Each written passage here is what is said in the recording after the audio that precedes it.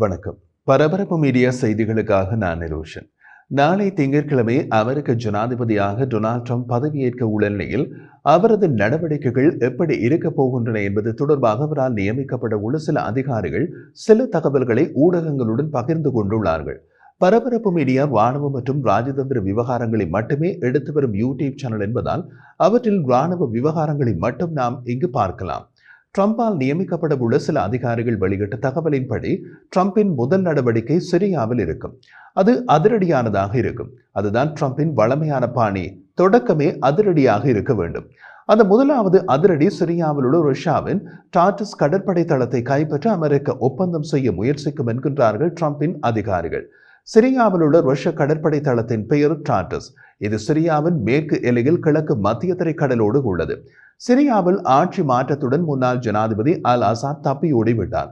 அவர் தனது குடும்பத்தினருடன் மாஸ்கோவில் இருப்பதாக ரஷ்ய ஊடகங்கள் தெரிவிக்கின்றன. அவரது எதிர்காலம் பூஜ்யம் என்பதை புரிந்து கொண்ட புட்டின் ரஷ்யாவில் அவருக்கு எந்த முக்கியத்துவத்தையும் கொடுக்கவில்லை. இது அல் அசாத்திற்கு மட்டுமல்ல, அவர் சிரியாவில் உயர்த்திய அவரது மத பிரிவான சிறுபான்மை ஷியா பிரிவினரான அலவிக்கும் சிரியாவில் இருந்த செல்வாக்கு ஒரு தெளிவான சரிவு. அசாத்தை வீழ்த்திய சிரிய இஸ்லாமிய சன்னி பிரிவு தலைவர்கள் இஸ்லாமிய ஷியா பிரிவினருக்கு அவர்கள் கடந்த காலத்தில் செய்த கொடுமைகளுக்கு பதிலடி கொடுக்க மாட்டார்கள் போலவே தற்போதுள்ள நிலை உள்ளது. ஆனால் இஸ்லாமிய ஷியா அலவிஸ் மத பிரிவு இஸ்லாமிய சன்னி பிரிவு தலைவர்களை நம்புவது முட்டாள்தனமானதாக இருக்கும். முதலாவதாக மத்திய கிழக்கில் மத பிரிவுகளிடையே நேர்மறையற்ற தன்மை பொதுவானது. 2 தசாப்தங்களுக்கு முன்னர் துருக்கி தலைவர் எர்டோகன் செய்ததை போல ஹயாத் டாக்ரீர் அல் ஷாம் தலைவர் அபு முஹம்மது அல் ஜவ்லானி எந்த நேரத்திலும் செய்யலாம். இரண்டாவதாக அசாத் ஆட்சி லட்சக்கணக்கான சன்னி இஸ்லாமிய சிரியர்களை கொண்டது. அதனால் சிரியாவில் இப்போதும் இரத்த பகைகள் நிரம்பி வழிகின்றன. சிரியாவின் புதிய தலைவர் நிதானத்தை வலியுறுத்தினாலும் சாதாரண சிரியர்கள் தங்கள் கோபத்தை தணிக்க மாட்டார்கள். ஏனெனில் அந்த அளவுக்கு சன்னி மத பிரிவினர் கொடுமைப்படுத்தப்பட்டுள்ளனர்.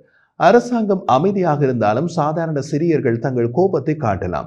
அமெரிக்காவின் நாளை திங்கட்கிழமை ஜனாதிபதியாக பதவியேற்கும் டொனால்ட் ட்ரம்ப் ஒரு டீல் மேக்கர் என்றே பெரிதும் அறியப்பட்டவர். அவருக்கு எப்போதும் ஒரு ஒப்பந்தம் இருக்க வேண்டும். அது எப்போதும் அவருக்கு சாதகமாகவும் இருக்க வேண்டும். சிரியாவில் உள்ள பெரும்பாலான ஷியா மத பிரிவு அலாவிகள் லெபனானுக்கு வடக்கே மத்திய தரைக்கடல் கடற்கரையிலும் துருக்கியால் ஆக்கிரமிக்கப்பட்டு ஹடேயின் தெற்கிலும் உள்ள சிரியாவின் பகுதியான லடாக்கியாவிலும் வாழ்கின்றனர். லடாக்கியாவில் தான் ரஷ்யாவின் கடற்படை தளம் டார்டஸ் உள்ளது. ரஷ்ய ஜனாதிபதி புட்டின் ரஷ்ய கப்பல்கள் இன்னமும் டார்டஸில் இருப்பதாக கூறினாலும் எந்த கப்பலும் அங்கு நகர சிரியாவின் புதிய அரசாங்கம் அனுமதிக்கவில்லை. ட்ரம்ப் போன்ற ஜதார்த்தவாதிகள் தமக்கு நிரந்தர நண்பர்கள் அல்லது எதிரிகள் இல்லை என்று நம்புகிறார்கள். அவர்களது சொந்த நலன்களில் மட்டுமே ஆர்வம் காட்டுகிறார்கள். அமெரிக்காவின் சொந்த நலனுக்கு உரிய கடற்படை தளம் டார்டஸில் உள்ளது. சிரியாவில் மட்டுமல்ல, மத்திய கிழக்கு முழுவதும் ஈரானின் இஸ்லாமிய எதிர்ப்பு அச்சு கூட்டணி கவிழ்ந்து விட்டது. அவர்கள் மீண்டும் பழைய நிலைமைக்கு வர பல ஆண்டுகள் தேவை. ட்ரம்பின் புதிய அதிகாரிகளின் கூற்றுப்படி ட்ரம்ப் ஒரு ஒப்பந்தத்தை சிரிய அரசுடன் செய்ய விரும்புகிறார். அது வடகிழக்கு சிரியாவில் குர்திஷ் மக்கள் சுயாட்சியை அங்கீகரிக்கும் விதத்தில் இருக்க வேண்டும். அதே நேரத்தில் லடாக்கியாவில் அமெரிக்க இராணுவம் இருக்கும். ஆனால் ஷியா மதப்பிரிவு அலவி சுயாட்சியை அமெரிக்கா ஆதரிக்காமல் மௌனமாக இருக்கும். சிரிய சன்னி படைகள் அந்த பிராந்தியத்திற்குள் நுழைய முற்பட்டால் அமெரிக்க கடற்படை கண்டுகொள்ளாமல் இருக்கும். இதை புதிய சிரிய அரசுக்கு செய்து கொடுப்பதன் மூலம் டார்டஸில் உள்ள ரஷ்ய கடற்படை தளத்தை அமெரிக்கா கைப்பற்றும். அது ஒரே கல்லில் 2 பறவைகளை கொள்ளும். முதலாவதாக, கிழக்கு மத்திய தரைக்கடலில் ஒரு தளம் இல்லாமல் ரஷ்ய கடற்படை இனி எளிதில் அந்த கடலில் செல்வாக்கு செலுத்த முடியாது. இரண்டாவதாக, கிழக்கு மத்திய தரைக்கடல் மூலோபாய முக்கியத்துவத்தில் வளரும் போது சவுதா விரிகுடா மற்றும் கிரீஸின் அலெக்சாண்ட்ரோ பவுலி ஆகியவற்றில் அமெரிக்கா தனது நிரந்தர இருப்பை நிரப்புவதற்கு ஒரு இடை கடற்படை தளம் மத்திய தரைக்கடலில் தளம் தேவைப்படுகின்றது.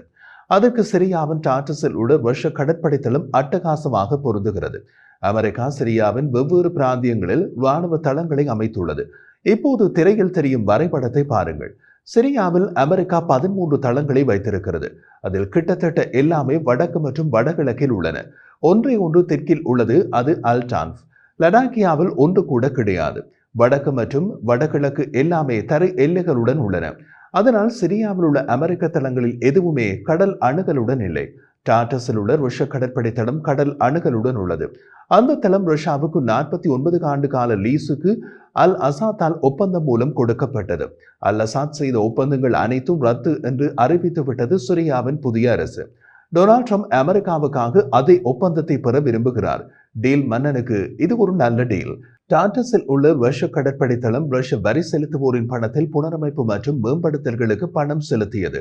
அமெரிக்க வரி செலுத்துவோரின் பணத்தில் $1 செலவு கூட இல்லாமல் கடற்படை தளம் கிடைப்பதை விட டீல் மன்னன் ட்ரம்புக்கு சிறப்பாக என்ன இருக்க முடியும்?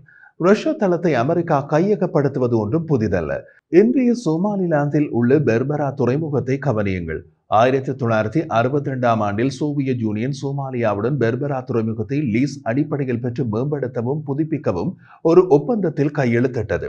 1960களில் சோவியத் யூனியன் ஏடனை கைப்பற்றுவதற்கு முன்பு செங்கடல் மற்றும் இந்திய பெருங்கடலில் சோவியத் நடவடிக்கைகளை ஆதரிக்க முக்கியமான சோவியத் கடற்படை தளமாக பெர்பரா மாறியது. 1977-78 ஒகாடன் போரின் போது சோமாலியா பனிப்போரில் பக்கங்களை மாற்றிக் கொண்டது. சோவியத் பக்கத்திலிருந்து அமெரிக்க பக்கத்திற்கு மாறியது சோமாலியா. சோவியத்தால் மேம்படுத்தி புதுப்பிக்கப்பட்ட பெர்பரா அமெரிக்காவின் கைகளுக்கு மாறியது. பெர்பரா அமெரிக்காவுக்கு சிறப்பு படைகளுக்கான செயற்பாட்டு தளமாக மாறியது. அமெரிக்க கப்பல்களுக்கான துறைமுகம் கிடைத்தது.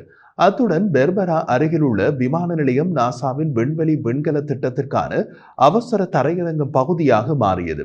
அதே போல டாட்டஸை குத்தகை கிடைப்பதன் மூலோபாயத்தின் அடிப்படையில் முக்கியமானதாக இருக்கும். மேலும் இது குறைந்த செலவில் வருகின்றது. சிரியாவில் அமெரிக்க இருப்பு என்பது புதிய சிரிய ஆட்சியுடனான விரோதத்தை அர்த்தப்படுத்தவில்லை. அசாத் ஆட்சியில் சிரியாவில் அமெரிக்க அனுமதி இல்லாமல் 13 தளங்களை அமைத்தது.